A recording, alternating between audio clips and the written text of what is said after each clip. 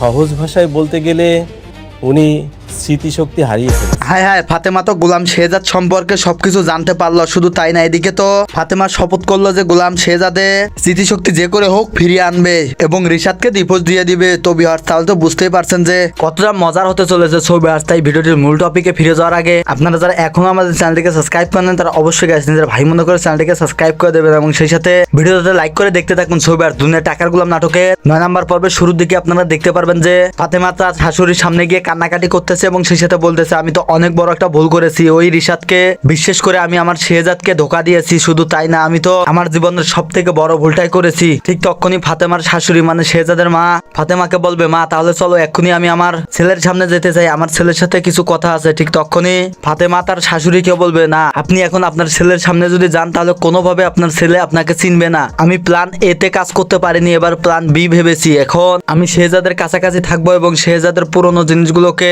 মনে করিয়ে দেওয়ার চেষ্টা করব। ধীরে ধীরে সে কিছু না কিছু হলেও মনে তো করতেই পারবে। আর এদিকে রিশাদের সাথে অনেকটাই নরম ব্যবহার করতে হবে, কেননা রিশাদ যেন কোনোভাবে বুঝতে না পারে যে আমি শেহজাদের স্মৃতিশক্তি ফেরানোর চেষ্টা করতেছি। যদি রিশাদ জানতে পারে, রিশাদ কিন্তু বাধা দেওয়ার চেষ্টা করবে। আর এদিকে আমি রিশাদকে ডিভোর্স দেওয়ার ধীরে ধীরে ব্যবস্থা করে নিব। মা তুমি কোনো চিন্তা করো না। এরপর তো শেহজাদের মা তখন ফাতেমার মাথায় হাত দিবে এবং সেই সাথে বলবে, মা আমার তো তোর প্রতি পুরোপুরি বিশ্বাস আছে, তুই তো আমার ছেলেকে আবারও আগের মতো স্মৃতিশক্তি ফিরিয়ে আমার কাছে ফিরিয়ে আনতে পারবি। ঠিক তখনই তো ফাতেমা নতুন মিশনের নামে ছবি।